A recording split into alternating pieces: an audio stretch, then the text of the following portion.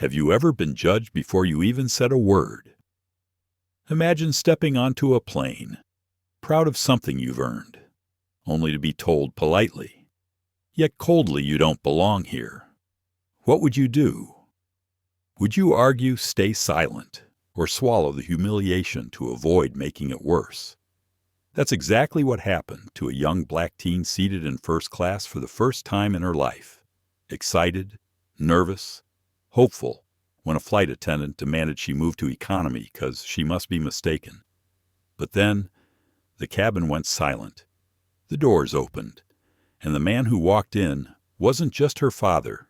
He was the CEO of the company that built the jet she sat on. What happens when power, prejudice, and dignity collide at 30,000 feet? And if you were there watching it unfold, would you have spoken up? This isn't just a story about bias. It's about belonging, courage, and the quiet strength that can change an entire system. Stay with us because what began with humiliation will end with hope. Don't forget to like, share, and subscribe so you don't miss the full story. The floor of a Hartsfield-Jackson Atlanta International Airport gleamed like a mirror. Rolling suitcases hummed across the tiles. The smell of dark roast coffee mingled with the faint scent of perfume from the luxury stores nearby. Through the tall windows, the morning sun poured in, turning the parked jets into silver birds waiting to take flight. 16-year-old Lena Carter stood near Gate B12 clutching her boarding pass. Her hoodie said Space Camp USA. Faded from too many washes. Her sneakers were clean, but clearly worn. A black leather backpack hung from one shoulder, heavy with a laptop and a book about rocket propulsion. She looked around the waiting area, noticing the suits, the designer handbags, the polished watches, first-class passengers, people who seemed to belong. She inhaled slowly, reminding herself she had earned this trip. Her father had promised it months ago a celebration for winning the National Science Scholars Competition. Seattle was waiting for her, the Pacific Northwest Research Center, the Space Museum, and maybe, if she was lucky, snow on Mount Rainier. Lena checked her ticket again. Seat 1A, first class. She smiled softly, though part of her still couldn't believe it. Her father had booked it himself, saying, "You've worked for this. See how the other side flies." In the lounge, a few people noticed her, then looked away quickly, polite but curious. A black teenager traveling alone, in a hoodie, with a first-class tag on her bag. To some, it didn't quite fit. She felt those glances but pushed them aside. Her father had raised her to walk tall, even when eyes followed her for the wrong reasons. At the boarding call, she joined the short priority line.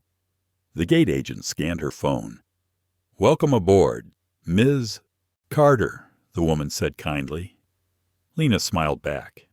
"Thank you." The jet bridge smelled faintly of jet fuel and cool air. Her heart beat a little faster with excitement. She loved airplanes, the physics, the power, the noise. Maybe one day, she thought, she'd design one. At the cabin door, a younger flight attendant greeted her warmly. "Good morning. Welcome to Skyway Air." Lena returned the smile. "Good morning." She turned left into the first-class cabin. It was quiet, with just a few passengers settling into their wide seats. Soft jazz played from hidden speakers. The air was scented with citrus and clean leather. Lena found seat 1A by the window. She ran her fingers along the edge of the seat, almost reverently. It was spacious built-in tablet screen, a small lamp, a folded white blanket. She placed her backpack carefully beneath the seat, slipped off her hoodie, and looked out the window. Outside, ground crew moved like ants in neon vests. A fueling truck rumbled past. The sun shimmered on the tarmac. It felt unreal, like sitting in the future she had dreamed about. Maybe one day she'd be the engineer behind these machines. She reached into her bag for her book and opened it to a chapter she'd marked with a sticky note, Flight Stability and Control. Her world was numbers, forces, dreams, and she was at peace in that world. But peace doesn't always last. From the galley, a woman in her 50s entered the cabin. Her uniform was perfect sharp navy jacket, golden pin, hair in a tight bun. Her name tag read Bethany Clark. Her movements were practiced and deliberate, the rhythm of someone who had done this for 25 years and knew every detail that could go wrong. Bethany's gaze swept the rows, cataloging passengers automatically. 2 businessmen reading newspapers, a young couple whispering, a familiar senator in 2C, and then seat 1A, a teenage girl, alone. Hoodie folded on her lap. No jewelry, no designer bag. Bethany's eyes narrowed for half a second before she caught herself. Something about the picture felt off to her. At least. She adjusted her tone, polite but clipped. "Good morning," she said, approaching. "May I see your boarding pass?" "Please." Lena looked up, startled but polite. "Oh, well, sure," she said, pulling out her phone. She opened her digital ticket and handed it over. Lena Carter, seat 1A. Bethany stared at the screen a moment longer than necessary. Then she smiled the kind of smile that didn't quite reach the eyes. "Thank you. Traveling alone today?" "Yes, ma'am," Lena replied softly. "I'm meeting my father in Seattle." "Of course," Bethany said, her voice smooth. "Well, enjoy your flight." She turned away, but the faint crease on her forehead didn't fade. "From the galley," she whispered to the junior attendant. "Did you double-check that manifest? We've got a teenager in 1A. The younger woman blinked. Unsure. "Yes, ma'am." "It's all correct." Bethany nodded curtly, but said nothing. Old instincts, she thought, just making sure. Lena pretended not to notice. She slipped on her headphones and leaned back. Her playlist was soft jazz and lo-fi beats her father liked. She closed her eyes and tried to enjoy the moment. She had dreamed of this kind of calm. But in the back of her mind, something small and uneasy stirred. A memory flashed being followed once in a boutique when she was 12. The clerk pretending to tidy shelves behind her. Or the day at the museum when a guard had asked for her student ID twice, even though no one else had been questioned. She had learned to let those moments roll off her like rain. But sometimes, the drops still left a chill. She looked out the window again. The sun was brighter now, the plane door still open. Passengers continued to board. A man in a charcoal suit took seat 2D. Across the aisle, a woman snapped selfies with her champagne glass. Everything looked normal. Then she caught Bethany's reflection in the glass. The flight attendant was looking at her again, quietly, from the galley. Lena turned away, pretending to focus on her book, but her pulse quickened slightly. She texted her dad. "Boarded flight 742. Seat 1A. See you soon," he replied a minute later. "Proud of you. Starshine. Enjoy the view up front." That simple message steadied her heart. She smiled. She wanted to make him proud, not just by flying, but by belonging, by proving that a young black girl in a hoodie could sit in first class without needing to explain why. The captain's voice came over the speakers, calm and deep. "Good morning, folks. Welcome aboard Skyway Flight 742 to Seattle. Estimated flight time 5 hours and 20 minutes. Passengers settled in. Seatbelts clicked. A soft chime echoed through the cabin." Lena glanced at the window one more time. A jet across the runway was taking off, its engines roaring like thunder. her chest filled with that familiar spark of wonder, the feeling of lift, of breaking gravity. She whispered to herself, barely audible, "One day, I'll build something that flies higher than this." Bethany passed by again, glancing briefly at her seat. Lena felt the look, the silent question behind it. She shifted slightly, keeping her book open, pretending to read. Outside, the ground crew signaled the all clear. The cabin door closed with a heavy echoing thud. For Lena, it felt like the start of an adventure. For Bethany Clark, it felt like something else entirely in order that needed to be restored.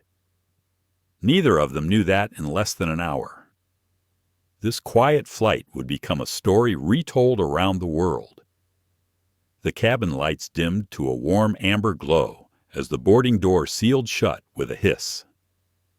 A low hum filled the air, that familiar pre-flight vibration when an aircraft seems to inhale before taking off. Lena adjusted her seatbelt, feeling the leather press lightly against her waist.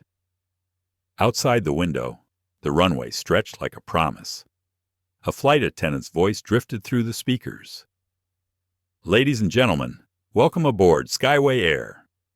Flight 742 to Seattle. Please make sure your seatbelts are fastened." The tone was smooth, practiced, but behind the calm, Lena sensed an undercurrent, something brisk, precise, almost cold. Bethany Clark walked down the aisle, clipboard in hand. Her heels clicked softly against the carpet. Every step seemed to carry a silent expectation of order.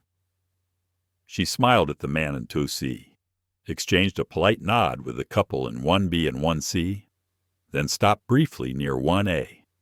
Her gaze swept over Lena again, brief but heavy, the way someone studies a puzzle piece that doesn't fit the picture. "Can I get you anything before takeoff?" Lena looked up from her book. "Just orange juice, please." Bethany's pen paused over her list. "We usually offer champagne in first class." "That's okay," Lena said softly. "I don't drink." Bethany's eyebrow twitched, barely noticeable. She nodded and moved on. Across the aisle, the woman in the cream blazer raised her glass of bubbly.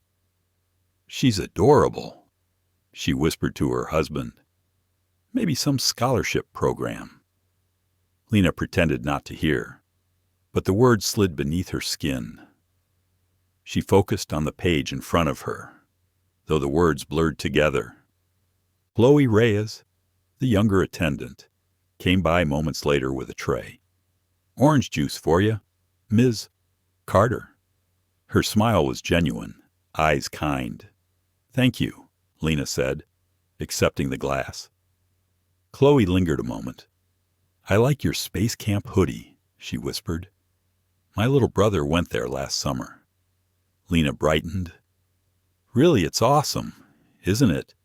"Yeah," Chloe said with a grin. He wouldn't stop talking about rockets for weeks. Their laughter was brief but real.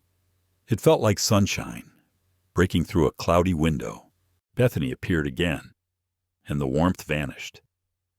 "Reyes," she said quietly, "let's finish the safety check." "Yes, ma'am." Chloe gave Lena a quick, apologetic look and moved away. Engines rumbled to life, deep and resonant. The aircraft pushed back from the gate, rolling slowly onto the taxiway.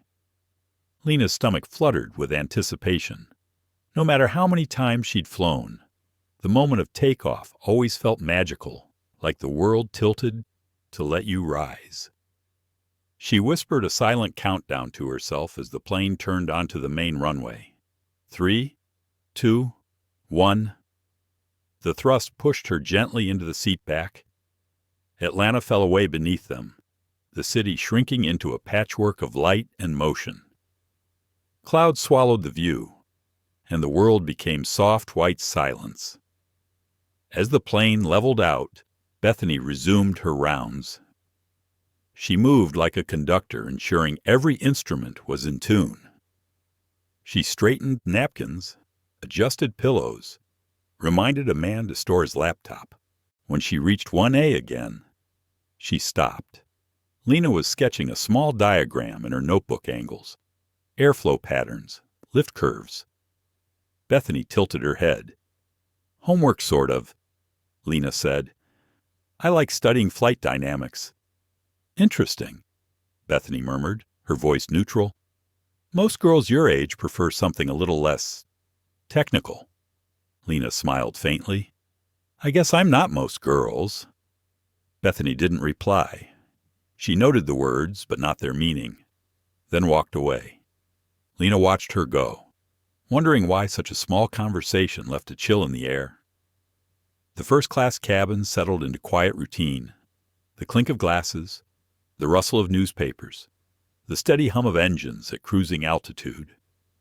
Lena leaned back and closed her eyes. She tried to rest, but snippets of conversation floated around her. A man discussing stocks, another comparing private schools.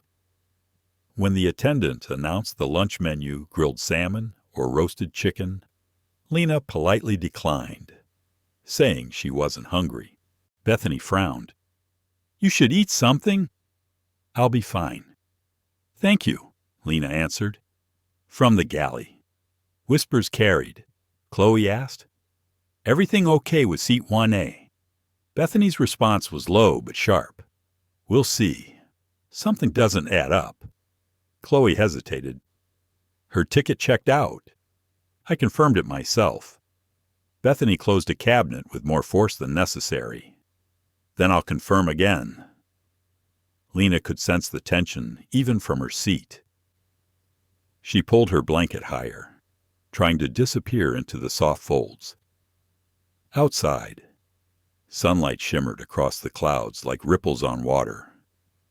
She focused on that beauty, simplicity, the science of lift that made all of it possible. Her phone buzzed gently in airplane mode, showing a saved message from her father. Remember, dignity isn't something they give you. It's something you carry. She smiled at the words, whispering them like a quiet mantra. Half an hour later, Bethany returned once more. She crouched slightly beside the seat. Ms. Carter, could I see your boarding pass again just to verify? Lena blinked. Verify routine procedure, Bethany said smoothly, though her tone held no warmth. Lena handed over her phone, confusion spreading through her chest. Bethany studied the screen, frowning faintly as if searching for a hidden flaw. Then she nodded. Thank you, she said curtly, returning the device. I appreciate your cooperation. When she left, Lena exhaled, not realizing she'd been holding her breath. Ethan Moore, the man across the aisle, leaned slightly toward her. His voice was low and kind. Don't mind her, he said. Some people see the world through narrow windows. Lena met his eyes, unsure how to respond. It's okay. I'm used to it. He shook his head gently. You shouldn't have to be. The cabin lights dimmed again as clouds thickened outside. Thunderheads rolled in the distance, flashes of lightning flickering like distant camera flashes. The plane trembled lightly, a soft bump of turbulence. Bethany's voice came over the intercom, calm and practiced. Ladies and gentlemen, please keep your seatbelts fastened while we pass through some rough air. Lena stared out the window, watching the wing flex against the gray. She thought about her father, somewhere already in Seattle, waiting at the terminal with that proud smile he always wore. He trusted her to handle herself, to stay composed no matter what. Still, a small knot of unease twisted in her stomach. When the turbulence eased, Bethany appeared again, moving down the aisle to check passengers. Her eyes flicked once more to 1A. Everything all right, she asked. Yes, ma'am, Lena replied quietly. Thank you. Bethany's smile was thin. Good. We want everyone comfortable up here. The words up here carried an edge she couldn't quite hide. Chloe noticed, her brow furrowing. After Bethany passed, she knelt by Lena's seat. "I'm sorry," she whispered. "She's particular about things." "It's fine," Lena said, though her voice barely carried. "No," Chloe said softly. "It isn't." They shared a brief, silent understanding, the kind that doesn't need words. Then Chloe stood and continued down the aisle. The sky outside had turned deep orange as the sun began to set behind the clouds. Golden light spilled through the windows, painting everything warm and unreal. Lena rested her head against the seat, letting the glow wash over her. For a moment, she felt calm again. Then, faintly, she heard Bethany's voice from the galley. "Captain, can I have a word? We may have a seating discrepancy." The words were quiet, but clear enough to freeze the air. Lena's eyes opened wide. Her pulse quickened. What seating discrepancy? She clutched her necklace. Her father's old cufflink turned pendant, trying to steady her breathing. Outside the window, the orange sky faded into gray. The hum of engines deepened as the aircraft began a slow climb over the Rockies. Lena's reflection in the glass looked small but unbroken. Whatever came next, she told herself, she would stay calm. She had done nothing wrong, but somewhere behind her, a phone clicked as Bethany called someone higher up the chain. And the quiet peace of Flight 742 began to shift, like the air before a coming storm. The plane sailed above the clouds, smooth and steady, but inside the first-class cabin, something fragile had already cracked. The air felt too still, too measured, like a room waiting for bad news. Lena Carter leaned against the window, watching the silver wing slice through pale clouds. For a moment, the endless white reminded her of the clean pages of a notebook, perfect, untouched. She wished the flight would stay that way. But at the front of the cabin, Bethany Clark's sense of control was unraveling. She sat in the galley, checking the manifest again, her brow furrowed. The digital tablet in her hand displayed every seat, every name, every ticket. Seat 1A. Lena Carter, confirmed. Still, something in Bethany refused to accept it. 25 years of service had taught her patterns families, business travelers, retirees, teenagers alone in first class were rare. Teenagers who looked like that hoodie, sneakers, quiet confidence were rarer still. Chloe Reyes glanced over her shoulder. "Everything fine, Ms." Clark Bethany looked up, startled by her tone. "Of course. I'm just verifying a discrepancy." Chloe hesitated. "The system shows her as valid." Bethany's lips tightened. "Systems make mistakes." "I've seen it happen." She didn't say what she really thought, that people sometimes slipped into places that weren't meant for them. Lena pulled her blanket closer, pretending to sleep, though her mind churned. The tension was impossible to ignore now. She heard footsteps approaching, the familiar tap of polished heels. Bethany stopped beside her seat. "Ms. Carter," she said, voice clipped. "I need to confirm your ticket once more." Lena blinked. Again, standard security measure. Lena's heart quickened. She didn't want to cause a scene. "Sure," she whispered, unlocking her phone. Bethany took the phone, eyes flicking over the digital boarding pass. "Seat 1A? Yes." "I see. May I ask who purchased your ticket?" "My dad," Lena said carefully. "He booked it online." Bethany's eyes narrowed. "And where is he flying from Seattle?" "He's meeting me there." "I see." Bethany smiled politely, but her tone had cooled another degree. "I just wanted to ensure we don't have any errors." Lena nodded slowly. "Is something wrong?" Bethany returned the phone. "Not yet." She straightened, smoothing the edge of her jacket. If you need anything, just ring the call button. The words sounded helpful, but the way she said them felt like a warning. Lena exhaled softly as Bethany walked away, across the aisle. Ethan Moore lowered his newspaper. His eyes met Lena's, steady and calm. "Don't let it get to you," he said quietly. She managed a small smile. "I'm trying." He gave a gentle nod. "Good. Keep trying. That's how change starts." Chloe came by with a tray of warm towels. "Here you go," she said, offering one to Lena. Her hands trembled slightly. "She's strict with everyone, I promise." Lena smiled faintly. "It's okay." Chloe looked at her a moment longer. "You remind me of my niece," she said softly. "She's studying engineering." "You'd get along. Maybe one day," Lena replied, folding the towel neatly.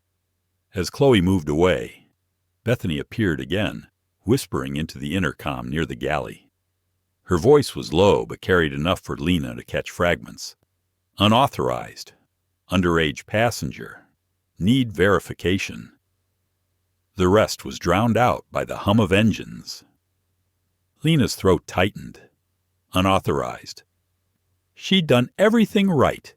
Ticket, ID, seat assignment. She wanted to call her father, but they were mid-flight. No signal. No connection, but the growing discomfort pressing against her chest. After a while, Bethany returned with a forced smile. "Ms. Carter, I need you to answer a few questions for our records." Lena's pulse jumped. "Records just protocol," Bethany said. "You're traveling alone." "Yes. Did your guardian approve this trip?" "Yes, ma'am," Lena said firmly. "My father arranged everything." Bethany tilted her head. "And what does your father do?" Lena hesitated. The truth felt heavy on her tongue. "He works in aviation," she said finally.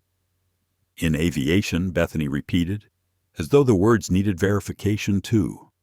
For which company? Lena's voice was calm, but her hands clenched beneath the blanket. Ether Dynamics? Bethany froze. That name carried weight in the industry: innovation, luxury, leadership. Still, pride wouldn't let her stop. "And your father's position there?" Lena looked her in the eye. "He's the CEO." A flicker of disbelief crossed Bethany's face.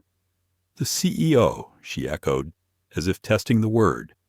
"That's quite a claim." Lena's jaw tightened. "It's not a claim. It's the truth." Bethany forced a laugh, a brittle sound. "I see. Well, we'll verify that when we land." She turned briskly and walked away. Ethan Moore set down his magazine. "That woman's walking on the wrong side of decency," he muttered. Lena managed a weak smile. Maybe she just doesn't know better. He studied her, impressed by her restraint. "You have your father's patience." "I bet." She shrugged. "He says calm is a form of strength." Time crawled. The plane cruised westward through clear skies, but the cabin's peace had vanished. Bethany returned to the galley, typing a message to the captain's console. "Possible seating fraud," she wrote, explaining her suspicion. She didn't mention the reason she truly doubted. She didn't need to put that in words. The captain's reply came moments later. "Confirm, with documentation, when we land." Bethany wasn't satisfied. She wanted resolution now. She walked back into the cabin, voice low but firm. "Ms. Carter, please gather your belongings." Lena looked up, startled. "Why, we've had a manifest discrepancy. I'll need you to move to another section until we sort this out." Lena blinked. "But this is my assigned seat." Bethany folded her arms. "Until we confirm otherwise, you'll have to comply." Heads turned. Whispers began. The man in 2C looked up from his tablet. The couple in 1B paused mid-conversation. A hush settled. sharp and uncomfortable. Lena's cheeks burned. Her pulse roared in her ears. She swallowed hard and said, "Ma'am, I've shown you my ticket 3 times. Bethany's smile was thin. "Then this won't be a problem. Please come with me." Lena gripped her armrests, refusing to move. "No, ma'am. I have the right seat." For a second, Bethany's mask cracked. Her voice hardened. "You can come quietly, or I'll have to call the captain." The tension snapped. Ethan rose slightly from his seat. "Excuse me," he said firmly. "That girl hasn't done a single thing wrong." "Sir, please sit down," Bethany ordered. "I won't." Ethan said, "You've checked her ticket. What? 3 times. You're embarrassing her in front of everyone." Bethany's jaw tightened. "Sir, this is between the airline and the passenger." "No," Ethan said. "This is between right and wrong." Lena sat frozen, torn between gratitude and dread. She didn't want anyone to get in trouble. "It's fine," she whispered. "Please, it's fine." But her voice shook, betraying how not fine it really was. Bethany turned back to her. "Last warning, Miss Carter. Move to the rear cabin." Lena's hands trembled, but she lifted her chin. "I'm not moving. My father told me never to let anyone decide where I belong." Her words hung in the air, quiet but powerful. Chloe appeared, pale and anxious. "Ms. Clark, maybe we should wait," Bethany snapped. "Enough. Call the captain." Chloe hesitated, eyes darting between them. "Please, she's just a kid." Bethany's patience broke. "Do it. Reyes, now." Chloe stepped back, whispering into her headset. The cabin's low murmur turned to silence. Passengers stared, unsure what they were witnessing. Some recorded discreetly with their phones. Lena sat perfectly still, breathing slow and shallow. She had done nothing wrong, but humiliation pressed heavy against her chest. The engines hummed, indifferent to the storm brewing inside the cabin. Bethany folded her arms, victorious in her authority. "Security will meet us when we land," she said. Ethan muttered. "You're going to regret this." And then, from the cockpit door, a deep voice cut through the silence. "There won't be any need for security," it said. Every head turned. Bethany froze. Lena's heart stopped for half a beat. Standing in the doorway was a tall man in a dark suit, calm but unyielding. Her father had just walked in. The cabin froze the instant his voice filled the air. Even the hum of the engines seemed to fade. Elias Carter stood at the doorway between business and first class, his tall frame outlined by the soft cabin lights. The charcoal suit, the calm eyes, the quiet authority he didn't need to raise his voice. His presence spoke louder than anger ever could. Bethany Clark blinked, her confidence flickering like a candle in wind. "Sir," she began, voice shaky but trying to regain its usual precision. "I'm handling a passenger issue. Please return to your seat." Elias didn't move. His eyes went to Lena, still seated by the window, shoulders small but unbroken. Then he turned to Bethany. "That passenger is my daughter." For a moment, no one breathed. The words seemed to hang in the air, thick and electric.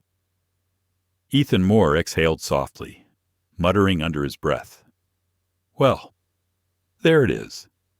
Bethany's mouth opened, but no sound came out. The confident purser who had ruled her cabin seconds ago now looked like someone who just realized she was standing in the middle of a fire. She had started herself. "Your daughter," she repeated, her voice nearly a whisper. Elias took a step closer, his tone calm but heavy. "Yes, Lena Carter, 16 years old, seat 1A, the seat you've questioned since takeoff." Bethany's hand went automatically to the manifest in her pocket, as though paperwork could defend her. "Sir, I was only following protocol. We had what appeared to be a discrepancy. No, Elias interrupted, voice low but steady. You had an assumption. His words sliced through the quiet. He didn't raise them, but their weight filled every corner of the cabin. Passengers leaned in, watching. Chloe stood frozen near the galley, eyes wide, hands trembling. Lena's heart pounded.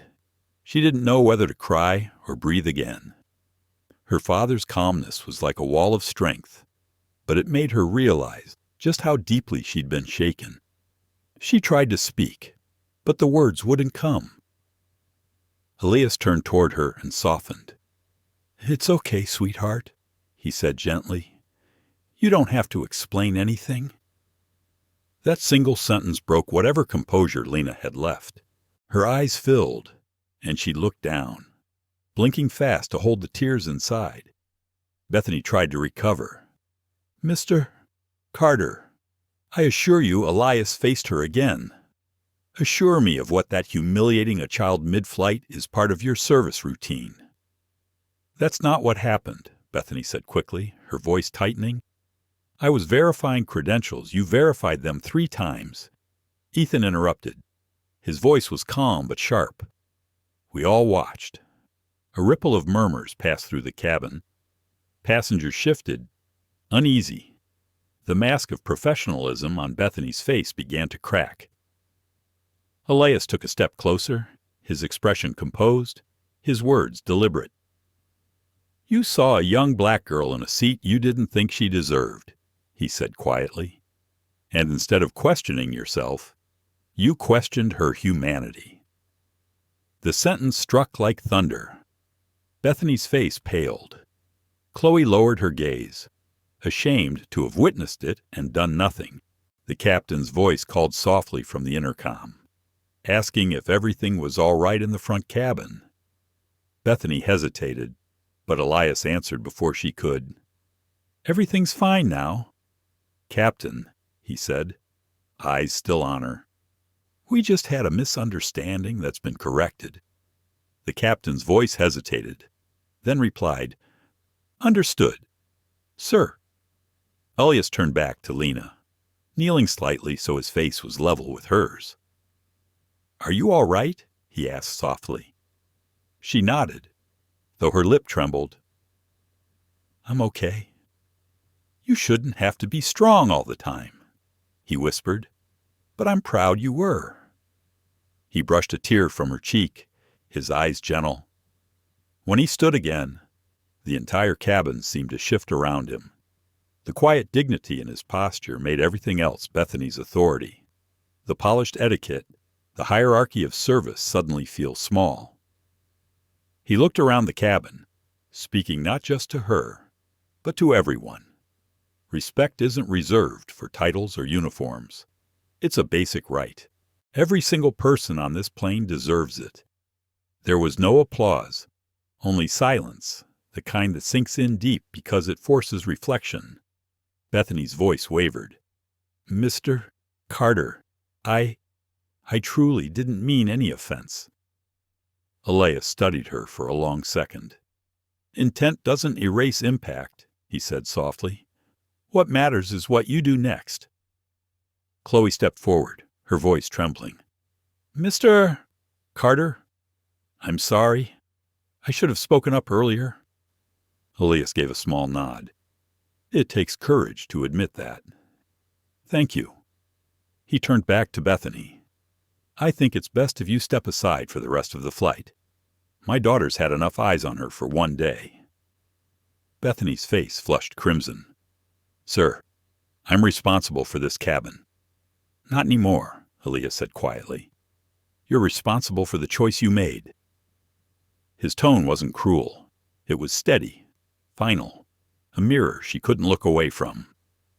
He pressed the intercom button. Captain, I'd like the purser relieved of duty for the remainder of the flight. I'll ensure a report is filed through proper channels. The captain's voice came back, uncertain but respectful. Understood, Mr. Carter. Chloe swallowed hard. I'll handle service up front. she said softly.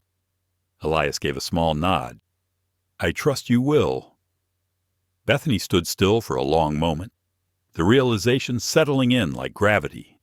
Her hands, so steady during decades of flights, now shook as she gathered her things.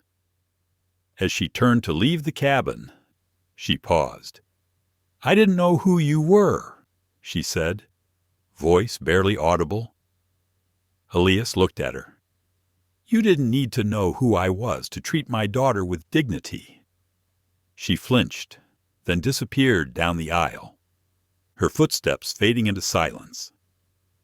The plane continued its steady course westward, the horizon outside painted in streaks of orange and violet. Inside, the tension slowly eased. Ethan reached across the aisle and offered Lena a napkin. Here, he said gently, for the tears of victory. She laughed softly, wiping her eyes. Thank you. Chloe returned with a small tray. Apple juice, she asked. Lena nodded, smiling weakly. That sounds perfect. Elias settled into the empty seat beside his daughter. For the first time since boarding, she felt safe again.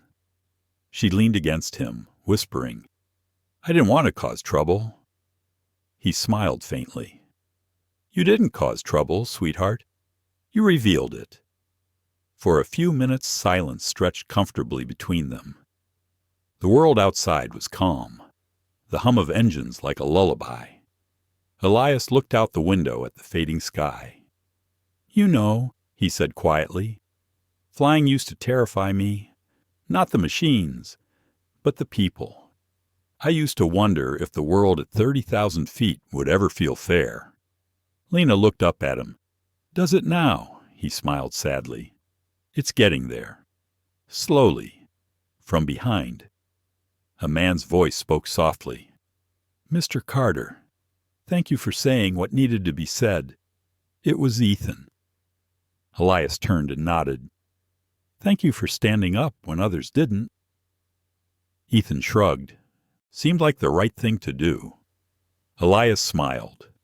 That's how change begins, with someone deciding that silence isn't an option. The cabin lights dimmed for the evening. The passengers settled, whispering in low voices. Somewhere near the back.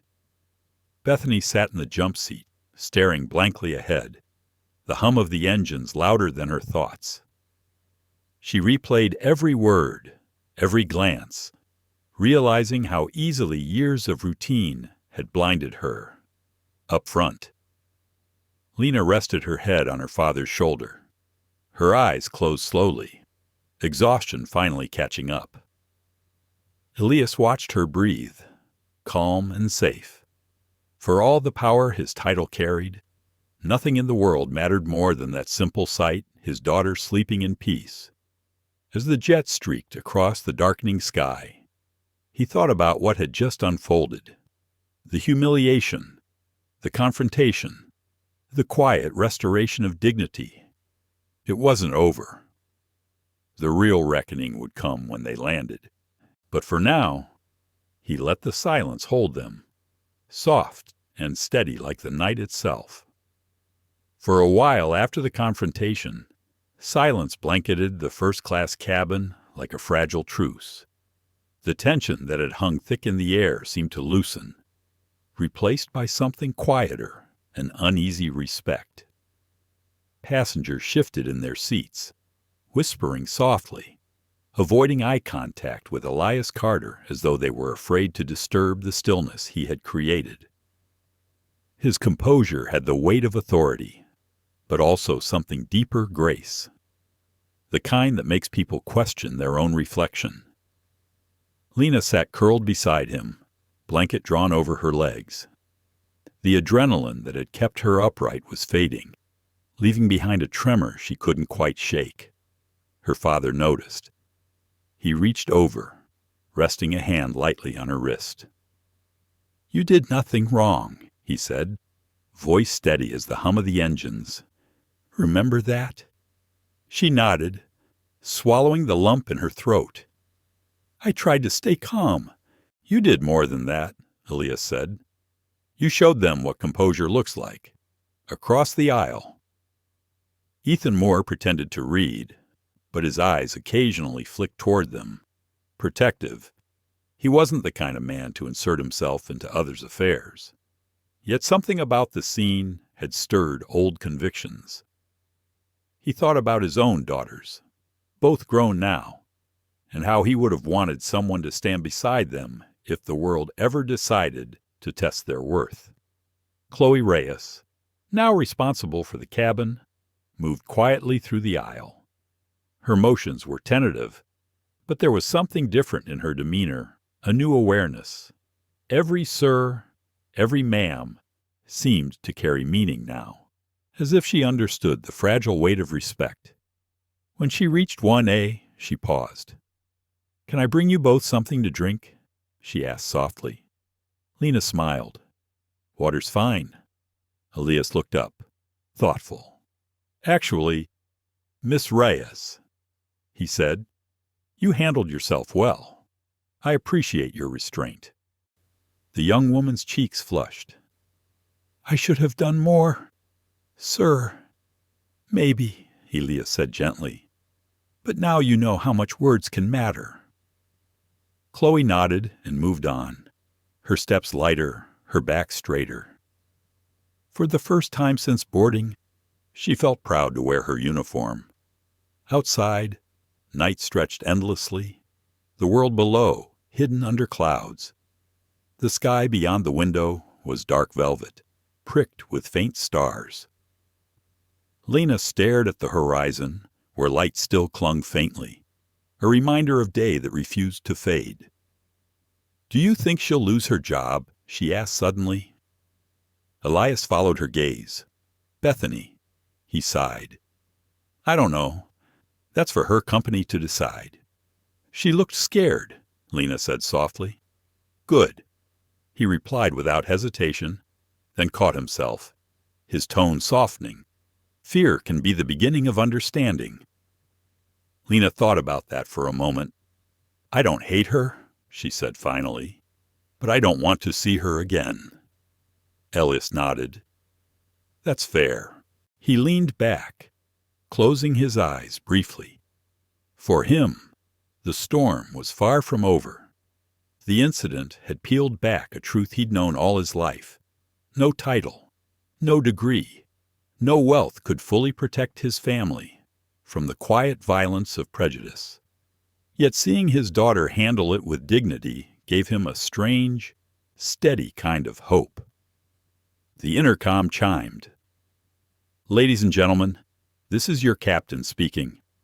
We've reached our cruising altitude of 38,000 feet. We're expecting a smooth flight to Seattle. Enjoy the rest of your evening." The announcement rolled through the cabin, calm and ordinary, but it felt like an exhale after holding breath too long.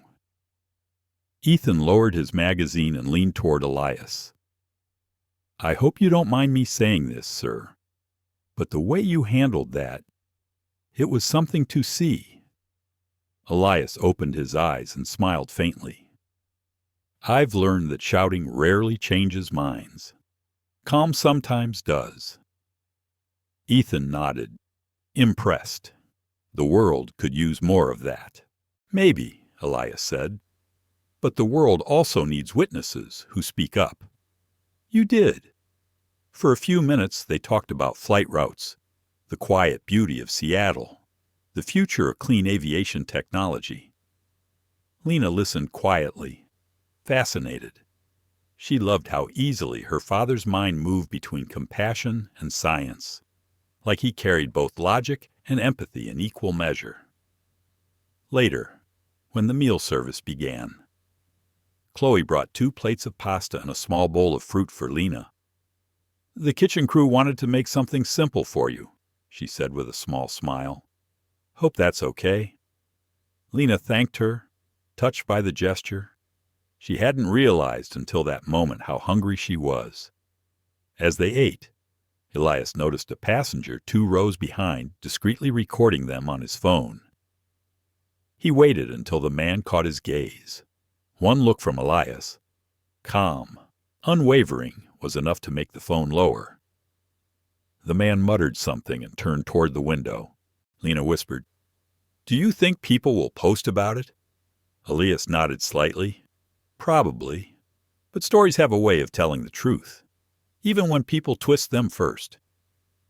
"You mean it could go viral?" she asked, half nervous, half amazed. "If it does," he said, "let it remind people that respect shouldn't depend on recognition." A moment later, the captain stepped out of the cockpit. He was an older man, his uniform crisp, his tone careful. "Mr. Carter," he said quietly, "I've been informed about the incident. I'd like to personally apologize for what happened."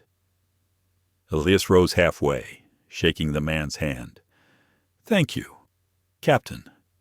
It won't happen again on my flight," the pilot promised. "It shouldn't happen anywhere," Elias replied. When the captain returned to the cockpit, Chloe approached with a small card in her hand. "The captain asked me to give you this," she said. It was an apology note written on Skyway Air stationery, signed by both the captain and herself. The words were simple but sincere. Lena held it in her lap, tracing the logo with her finger. "Maybe they mean it," she said. "Maybe," Elias answered, "and maybe meaning it is the start." The rest of the flight passed quietly. Bethany never returned to the cabin, somewhere beyond the partition curtain. She sat alone, replaying every word, every misstep. Pride had always been her armor, but now it felt like weight she could no longer carry. The memory of Elias's calm voice haunted her more than any punishment could. Lena watched the city lights glimmer far below, tiny constellations scattered across the dark earth. The sight reminded her of what her father always said, that perspective was everything. From high above, even the hardest roads looked small. She turned to him. "You know what's strange?" she asked. "What, I don't feel angry anymore. Just tired." He smiled softly. "That's because you've already won." When the landing lights flicked on hours later, the cabin stirred awake. Chloe's voice came through the speaker, gentle and composed. "We'll be descending into Seattle shortly. Local time is 8:43 p.m. Please fasten your seatbelts." Lena fastened hers, peering out the window as the clouds thinned. Below, the city shimmered like scattered glass, reflecting the last blush of sunset. Elias looked out too, the corners of his mouth lifting slightly. "Seattle," he said, almost to himself. "New beginnings, as promised." Lena smiled, resting her head against the window. The plane began its descent, the faint pressure change making her ears pop. For the first time all day, she felt light again, as if the weight of the confrontation had been left behind at 38,000 feet. As they touched down, a gentle applause rippled through the cabin, half tradition, half release. Lena laughed quietly. "People still do that. Hope never goes out of style." Elias replied, "When the wheels finally kissed the runway." Lena felt something she hadn't expected: relief. Yes, but also gratitude. For the truth exposed, for the calm that followed, for the lesson in dignity her father had given not only her, but everyone who had witnessed it. And somewhere behind the closed curtain, Bethany Clark pressed her palms together, whispering words she hadn't spoken in years, a quiet apology. Not for him, not for the company, but to herself. Seattle greeted them with a thin drizzle that shimmered under the yellow airport lights. The cool air smelled of rain and jet fuel, a scent that always reminded Elias Carter of beginnings.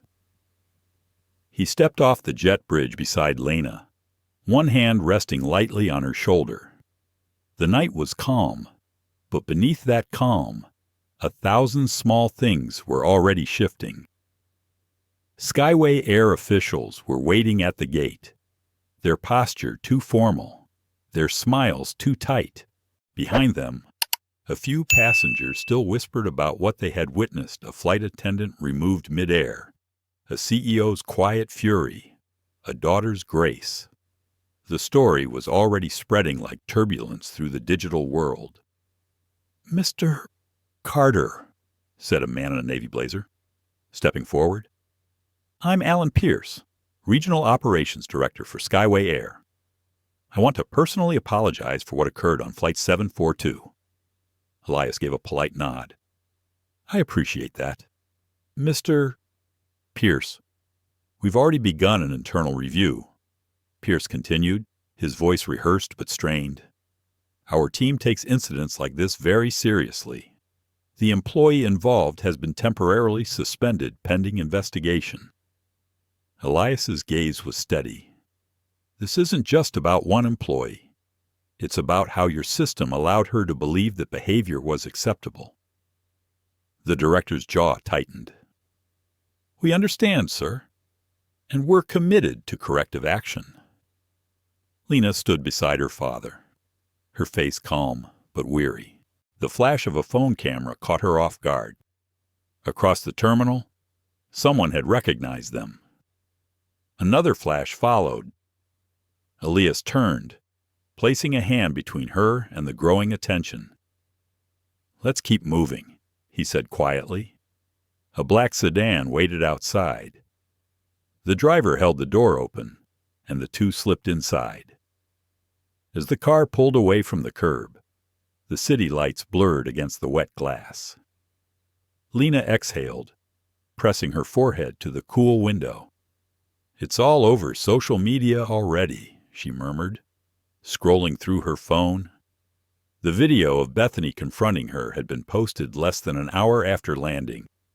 The caption read, "Flight attendant questions black teen in first class. Wait till you see who her dad is." Views were climbing by the second. Elias glanced at the screen, then looked away. People are drawn to outrage. It's what they do with it that matters. "Do you think we should say something?" she asked. "Not yet," he said. "Let truth breathe first." They drove in silence for a while, the sound of rain tapping against the car roof like a soft metronome. The city's skyline emerged through the mist, sleek towers glowing through fog, reflections rippling on the wet pavement. Elias's phone buzzed. His assistant's voice came through the speaker. "Sir, news outlets are reaching out for statements. CNN, The Atlantic, even morning shows. Ignore them for now," he said. "Draft a short response for the company site. Nothing defensive, nothing emotional. Just facts." The car wound its way to the waterfront district where Elias's condo overlooked Elliott Bay. Inside, the space was quiet, minimalist, filled with warm wood and floor-to-ceiling windows. Lena set her bag down and sank into the couch. "I didn't think something like that would happen," she said softly. "You shouldn't have to think about it," Elias replied. "But this is why we lead. To change the systems that don't protect people like us." He walked to the kitchen, poured her a cup of chamomile tea, then sat beside her. "You handled yourself with grace," he said, "but you don't have to carry the weight of educating the world. That's not your burden yet. You do that enough for both of us," she said with a small smile. "Maybe," he admitted. "But sometimes even I forget that leadership isn't just boardrooms and speeches. It's showing people what decency looks like when it's tested." That night, while Lena slept, Elias opened his laptop and began drafting a letter not to the press, but to Skyway Air's board of directors. He wasn't writing as an angry parent. He wrote as a partner, a client, a leader in the same industry. His words were measured, almost surgical. This incident reveals not merely an individual failure, but a structural blind spot. Diversity training without accountability is theater. True equity demands both empathy and consequence. When he finished, he sat back and stared at the city lights outside. His reflection looked tired, older than it had in years. But behind the exhaustion was a quiet determination. He had built Ether Dynamics from the ground up by challenging systems that told him he didn't belong. He could do it again, this time not for business, but for humanity. By morning, the video had surpassed 1 million views. Hashtags flooded every platform. Rare Seat 1A. Respect, Air Altitude, the Carter Flight. Talk shows debated whether this was a sign of systemic bias or an isolated case. Some defended Bethany, calling it an honest mistake. Others saw it for what it was, another reminder of the quiet barriers people still faced. At Ether Dynamics headquarters, Elias's communications director called with urgency. "We could leverage this moment." "Sir, public support is overwhelming." Elias shook his head. "We don't leverage pain," he said simply. "We learn from it." Later that afternoon, Skyway Air's CEO, a woman named Dana Whitmore, requested a private meeting. They met in a glass conference room overlooking the Sound. The mood was respectful but tense. "Mr. Carter," Dana began, "I want to personally apologize. I can't undo what happened, but I can make sure it leads somewhere meaningful." Elias studied her face, searching for sincerity. "Meaningful how we're implementing mandatory bias awareness training for all crew. Effective immediately," she said. "But more than that, I want to invite you to help us build something better, a lasting policy." Elias folded his hands. "I don't want a PR campaign," he said. "I want structural change, clear reporting channels, measurable outcomes, real consequences." Dana nodded. "Agreed. We're prepared to establish an independent ethics board. You'd have a say in its framework." For the first time since landing, Elias allowed himself to exhale. "Then let's begin." By the end of the week, the media storm began to shift. Articles stopped focusing on the viral video and started examining corporate accountability. Skyway Air announced its partnership with Ether Dynamics to create Project Clear Skies, an initiative to eliminate racial bias in aviation spaces. Lena watched the press conference from home, seeing her father on screen not angry, but composed. Visionary filled her with pride. He didn't mention her name once. He didn't need to. That night, when she walked into his office, he was staring out the window again. "You're thinking," she said, teasing lightly. "Always." He answered. "About what?" "About how easily dignity can be lost," he said, "and how hard it is to rebuild trust once it's broken." She leaned against the desk. "You did the right thing." He looked at her, eyes soft. "We did the right thing." A notification pinged on his phone. Bethany Clark had sent an email. He hesitated before opening it. The message was brief. "Mr. Carter, I wanted to say I'm sorry. Not for losing my position, but for losing sight of people. I've spent 25 years flying above the clouds. Maybe it's time I learned how to stay grounded." Elias reread it twice, then forwarded it to Lena. "You should see this." She read the message, silent for a moment. "Do you believe her?" she asked. "I believe remorse can be real," he said. "But change takes time." Outside, the rain had stopped. The city glowed with the soft gold of streetlights reflecting on wet pavement. The world hadn't changed overnight, but something in its rhythm had. A small crack of light had been carved into the dark, and through it, maybe, something better could grow. Lena closed her eyes and whispered, "You think people will forget?" Elias smiled faintly. "They'll forget the noise, but they'll remember the silence that made them think." The week after the Seattle landing felt like standing in the eye of a storm, quiet on the surface, but charged with a power that could reshape things. The video of Lena and the confrontation aboard Flight 742 continued to ripple outward.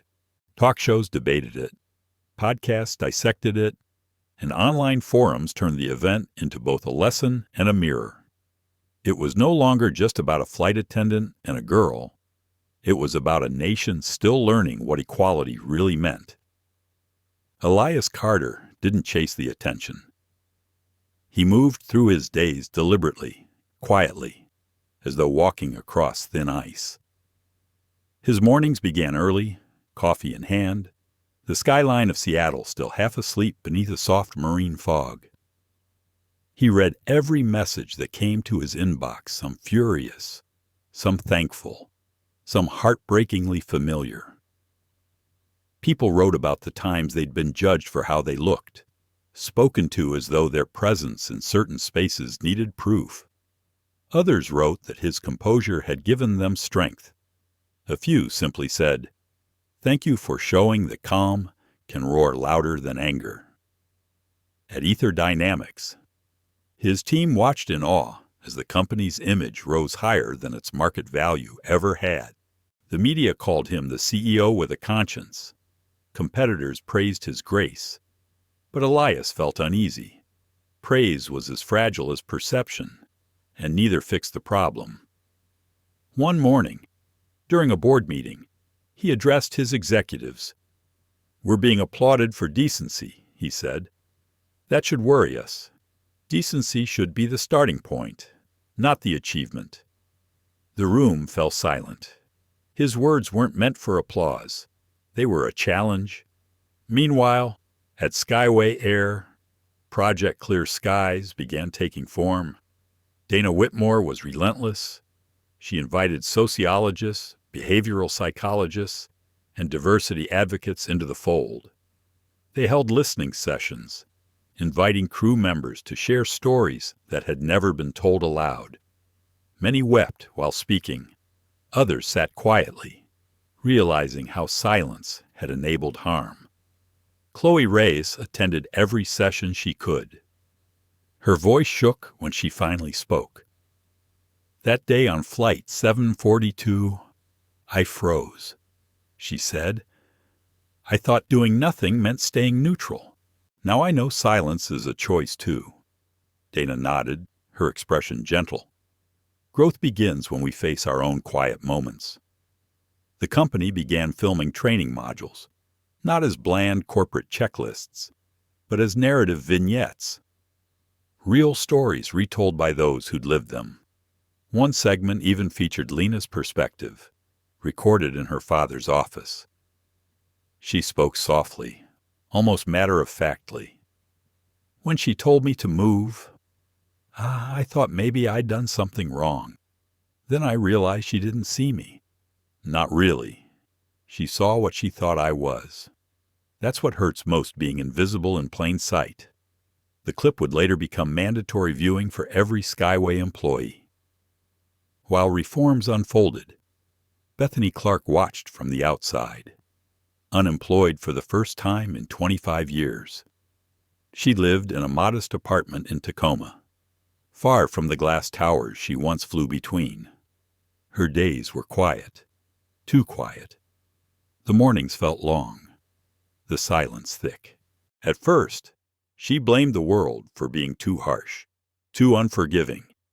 But as weeks passed, the anger softened into reflection. She watched the viral video again and again, this time seeing herself not as a victim of circumstance, but as the face of something far uglier.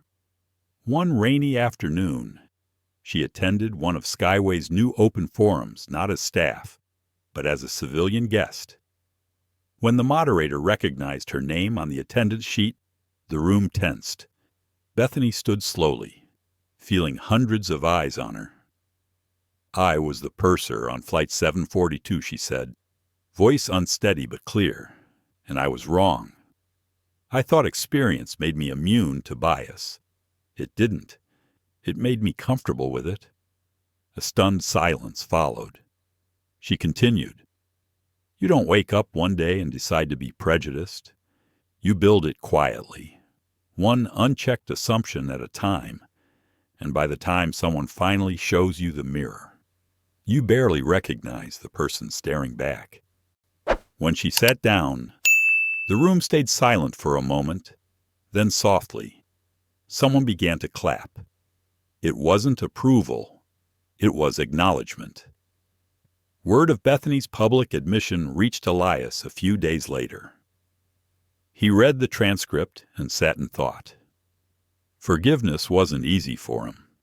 He'd seen too much of what prejudice could do, how it could clip futures before they even began.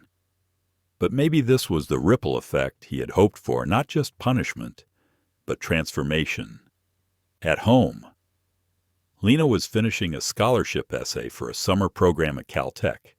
Her topic, Leadership Under Pressure.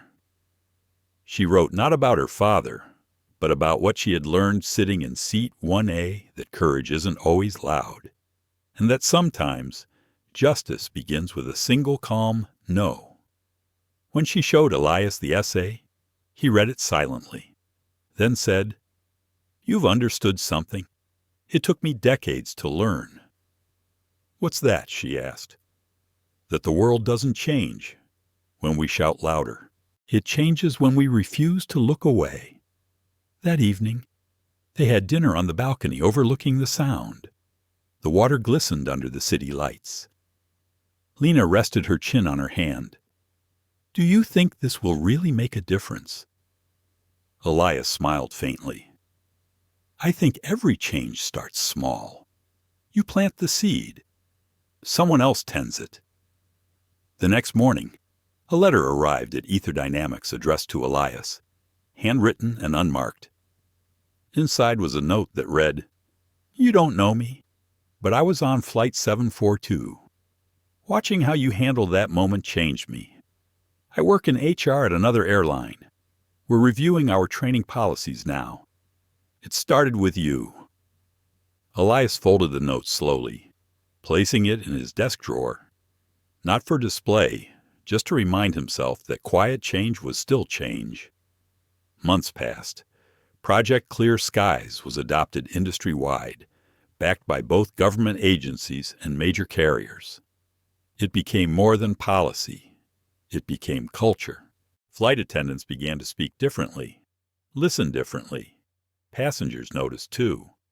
It wasn't perfect, but something in the air had shifted. Respect was no longer assumed. It was practiced. One day, as spring broke across Seattle, Elias received a call from Dana Whitmore. "We're hosting an anniversary event," she said. "A year since Flight 742. I think you and Lena should attend." Elias hesitated. "I'm not sure she'd want to relive that." "It won't be about that moment," Dana replied. "It's about what came after." He agreed. The event was held in a large hangar transformed into a bright exhibition space. Photographs lined the walls, images of diverse crews, smiling passengers, and volunteers from Skyway's new mentorship program. In the center hung a plaque, "The Ether Standard Dignity at Every Altitude." Lena wandered through the displays, hands clasped behind her back. She stopped in front of a looping video of Chloe Reyes, now promoted to purser. Chloe spoke to new trainees. "Your uniform doesn't make you better than anyone," she said. "It makes you responsible for everyone." Elias joined Lena by the display. "Looks like the world's catching up," he said. She smiled, slowly, but yes. Across the room, Bethany stood near the back, quieter than before, humbled but not defeated. When her eyes met Elias's, she nodded slightly, a silent thank you.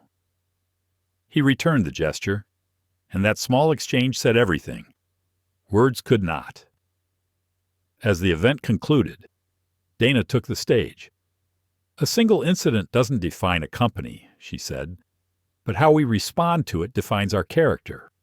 One flight reminded us that empathy is not optional, it's essential." Then she turned toward Elias and Lena, "And for reminding us of that truth. We owe the Carters more than gratitude, we owe them change." Applause filled the hangar. Lena's eyes glistened. She wasn't thinking about humiliation anymore. She was thinking about how far they had come, not just as a family, but as a world, learning to see people clearly again. When the crowd dispersed, Elias looked at her and said softly, "You ready to go home?" She nodded. "Yeah. But I think for once, the world feels a little bit more like home too." The world has a way of remembering certain moments, not because they were loud, but because they changed the way people listened. A year after Flight 742, the phrase, "the ether standard," had entered corporate language across industries, not just aviation. Schools used it as a case study on ethical leadership. News outlets referenced it when discussing inclusion in the workplace. But to Elias Carter, it wasn't a brand or legacy. It was a responsibility that never stopped evolving. He had learned that progress wasn't linear. It pulsed like the human heart, sometimes steady, sometimes struggling, but always moving forward. That morning, as sunlight poured into his office overlooking the bay, Elias stared at a message flashing on his tablet screen. Breaking news. Incident on Skyway. Flight 229. Sparks debate over new policy enforcement. He tapped the headline.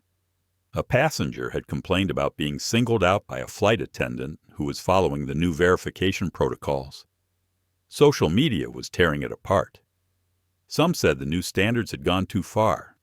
Others argued they hadn't gone far enough. Lena, now 17 and preparing to graduate, entered the office with her backpack slung over one shoulder. "Another incident?" she asked, reading the headline. "Yes," Elias said, sighing. Change always comes with resistance. The moment people feel uncomfortable, they call it overcorrection. "So what do you do now?" she asked. "The same thing I did then," he said. "Stay calm. Seek truth. Then act."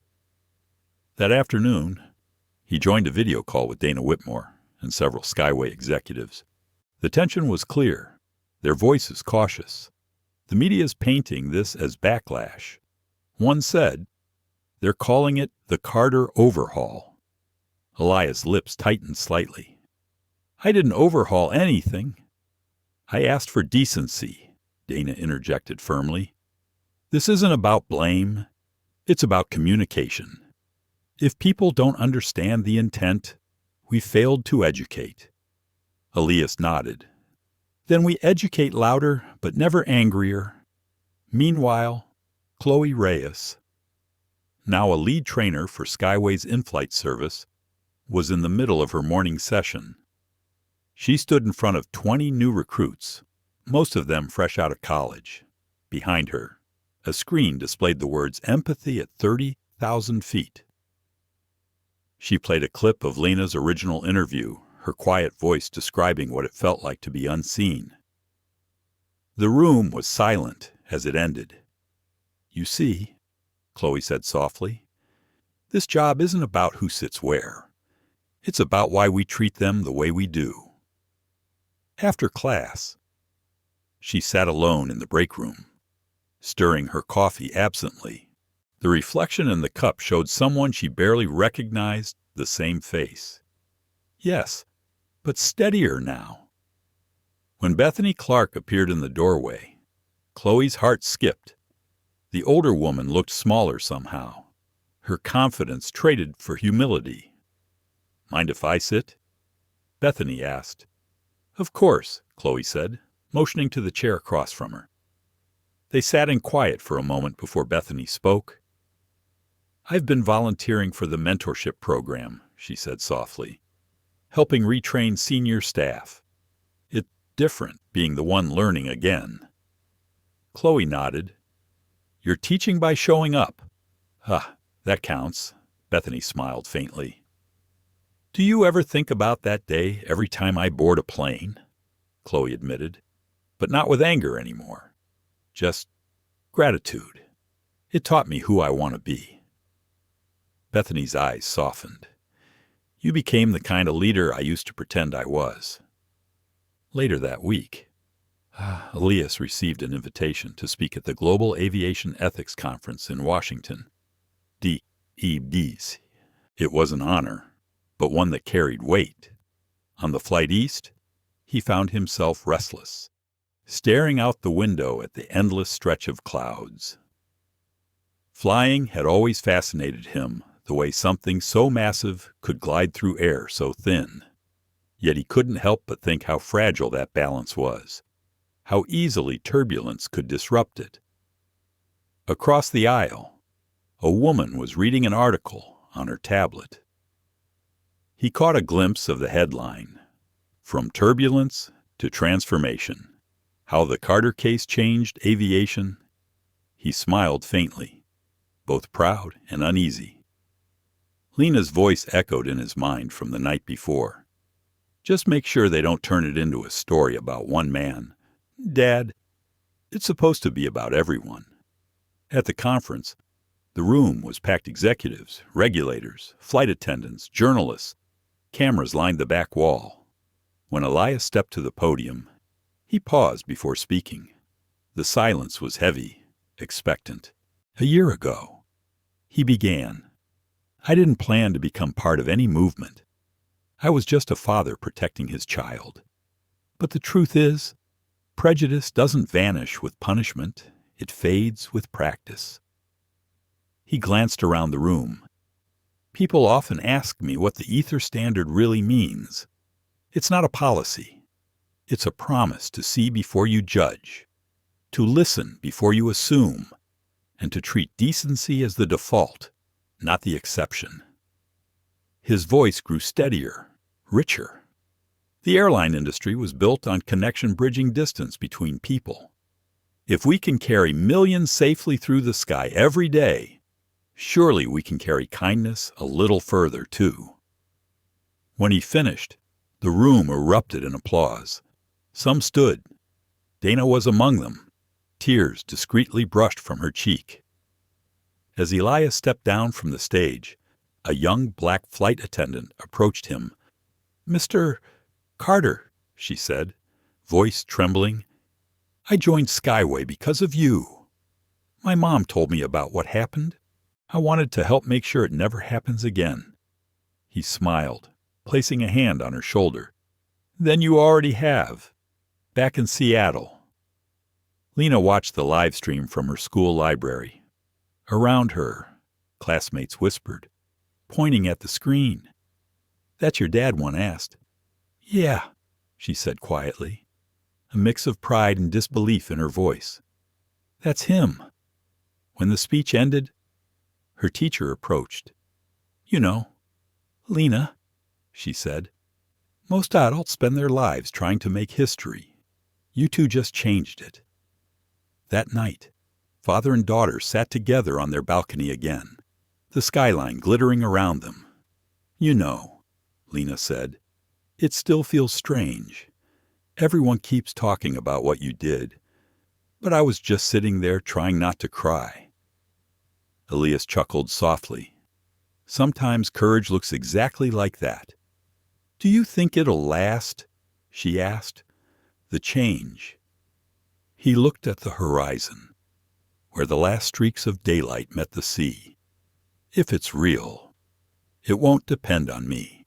It'll depend on people like you."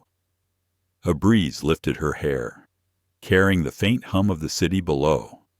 Somewhere, a plane crossed the sky, its lights blinking through the darkness.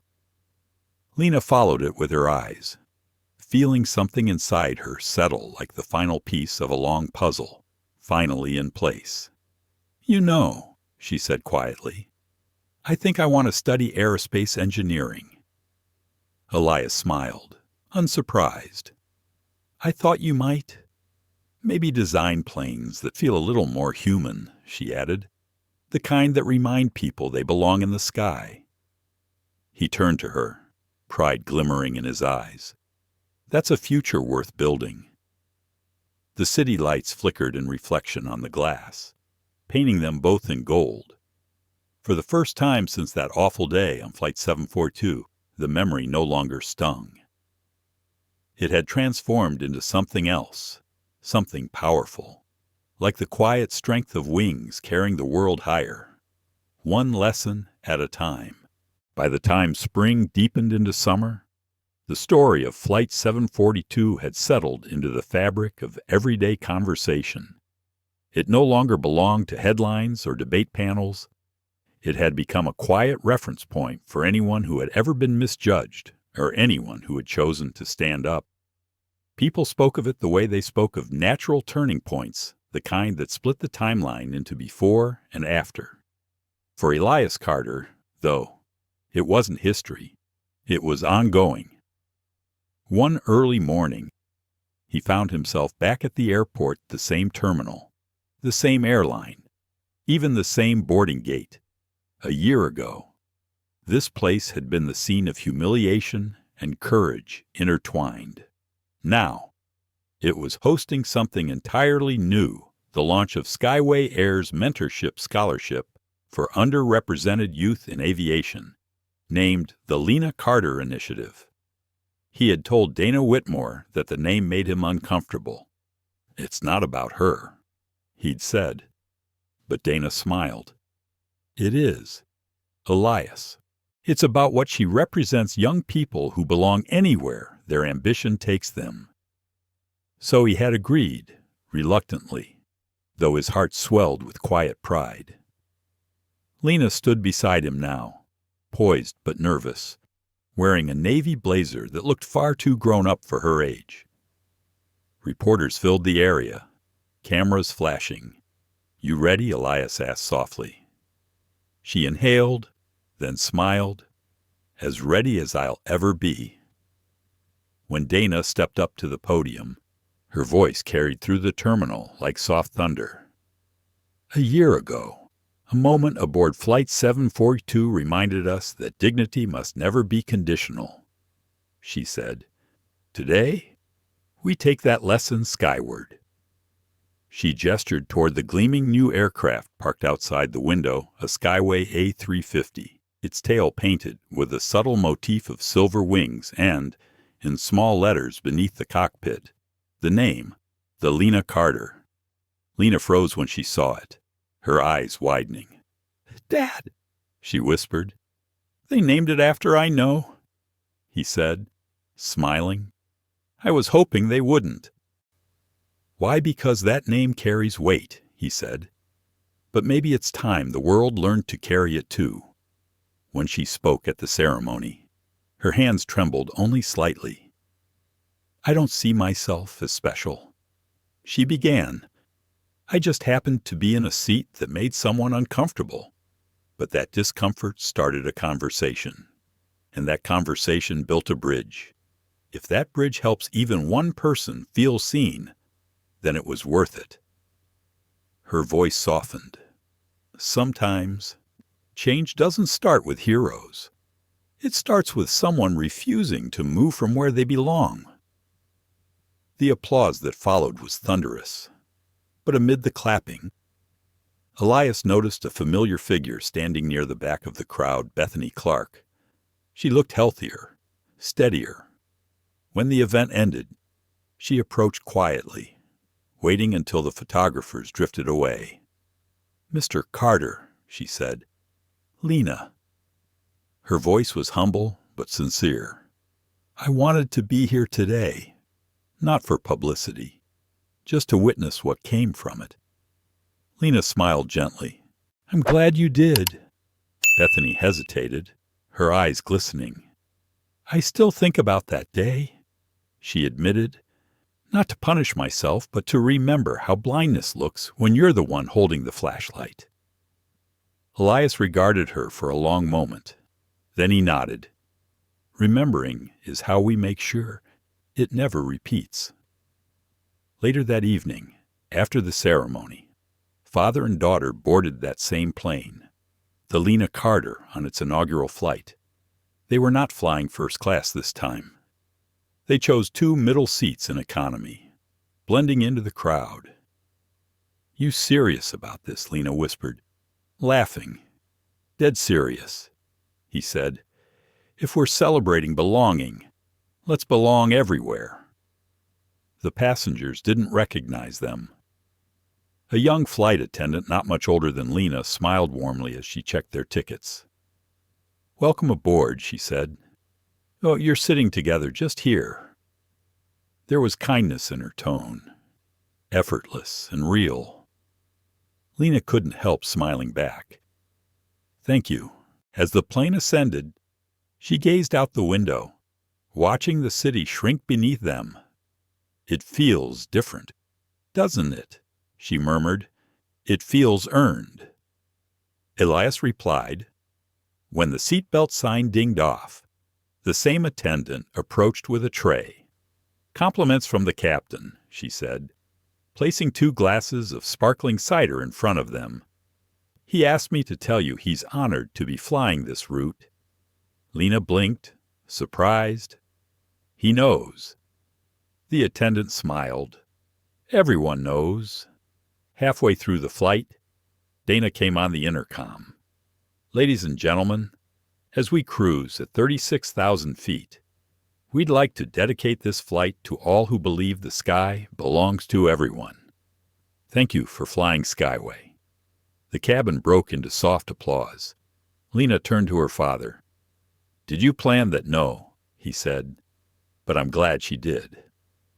Hours later, as the plane began its descent into New York, Elias closed his eyes, feeling the subtle vibration of the engines beneath him.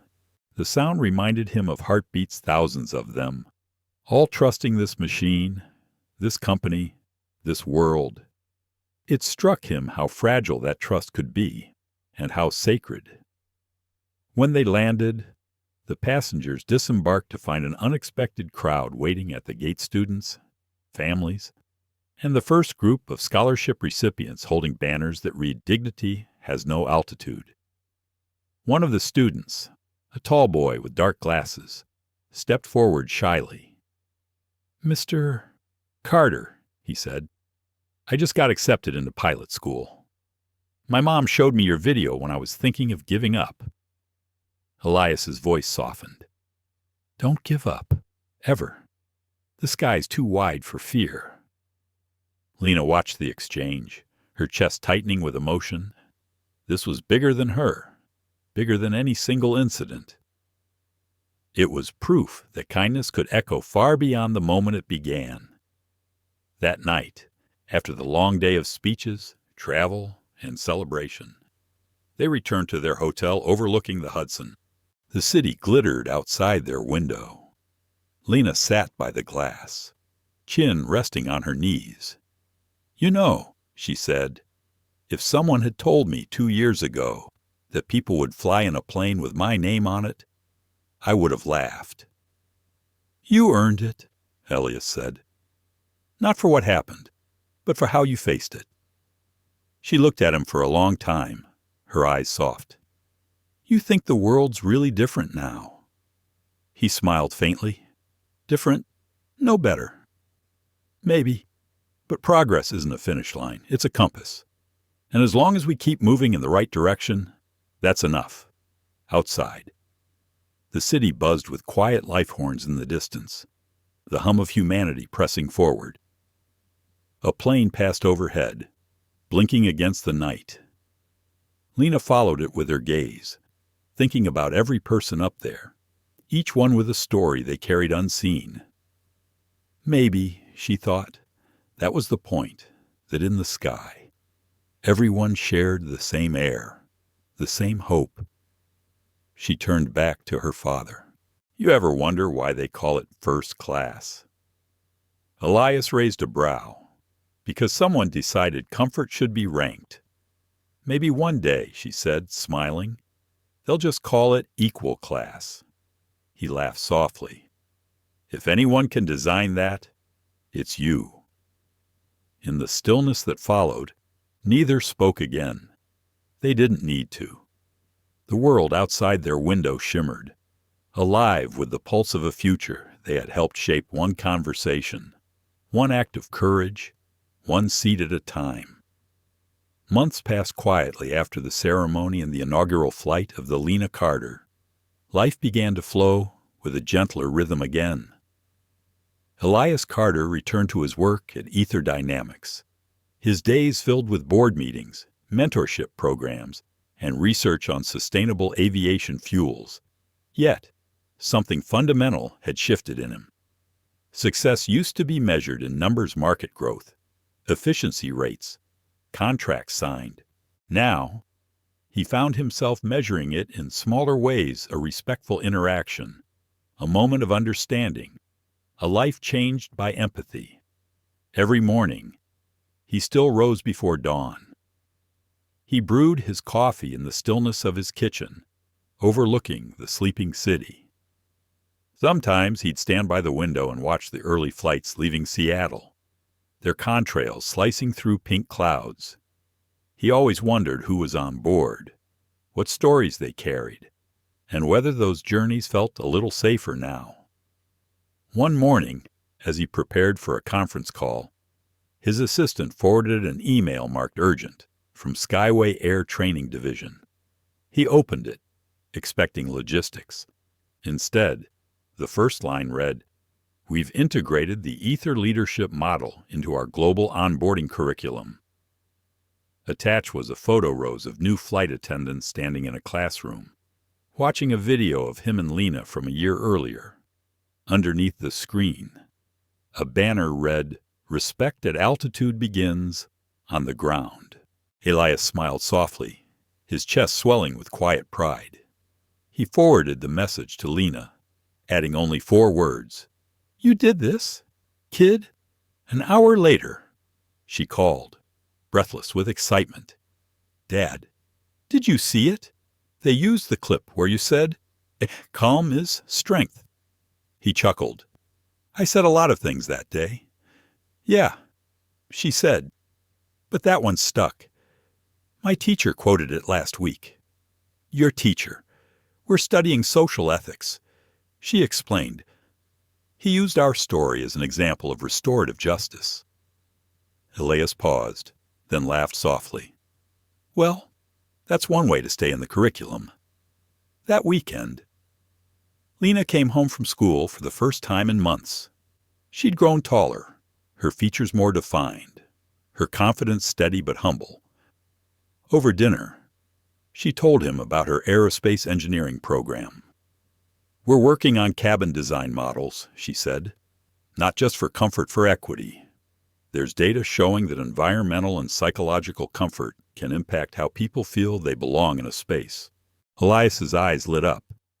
"You're designing inclusion into architecture." "Exactly," she said. "I want people to feel safe the moment they sit down." He nodded slowly, deeply proud. "You're turning a moment of pain into progress. That's not just design, that's healing." She smiled. "Guess I learned from the best." Later that night, they took a walk along the pier. The air was crisp, the smell of salt thick on the breeze. Boats drifted softly in the harbor. The city hummed behind them, alive but distant. Lena looked up at the stars. "Do you ever think about what would have happened if you hadn't gotten on that plane that day?" she asked. "Every now and then," he admitted. "Maybe none of this would have happened. Maybe," she said. "Or maybe someone else's story would have started." They stood in silence, letting the waves speak. Elias thought about all the people whose lives had brushed theirs since then. Dana, Chloe, Bethany, the countless strangers who had written letters or stopped him in airports. The story had never belonged to them alone. It had become a shared compass pointing towards something larger than any one person. A few weeks later, Skyway Air invited him to keynote another event, the dedication of a new training center named the Ether Institute for Human-Centered Aviation. When he arrived, the building gleamed in the morning light, all glass and brushed steel. Inside, murals covered the walls, portraits of diverse flight crews, engineers, and passengers, intertwined with quotes about empathy and courage. Dana greeted him warmly at the entrance. "We wanted to honor more than a name," she said. We wanted to honor an idea that leadership isn't just power, it's presence. He smiled. Then you've captured it perfectly. As he stepped onto the stage before the crowd of new recruits, he paused, scanning the faces. Some were nervous, others inspired. He recognized that look, the quiet readiness of people about to enter a world that might not always welcome them. He began simply. You'll fly thousands of miles in your careers. You'll see the curve of the earth, the sunset above the clouds, cities that look like jewels from 30,000 feet. But never forget the most important journey is the one inward. Every time you look at a passenger, ask yourself, do they feel seen?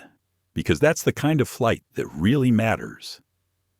When he finished, the room stood in applause. In the front row, Chloe Reyes clapped hardest, tears glinting in her eyes. Afterward, she approached him. "You probably don't remember me," she said. "Flight 742, junior attendant." "Of course I remember," Elias said warmly. "You became the voice that others followed." She smiled shyly. "I'm running the training program here now. Every new hire starts with that story. Then I can rest easy," he said, shaking her hand. "It's in good hands." Outside, Dana joined them for a photo beside a plaque that read, "Dedicated to all who believe respect is not granted, it's practiced." In the reflection of the medal, Elias caught sight of his own face beside theirs, older, weathered, but content. That evening, as he flew home, the cabin lights dimmed to a golden hue. The view outside the window was breathtaking streaks of pink and indigo melting into each other.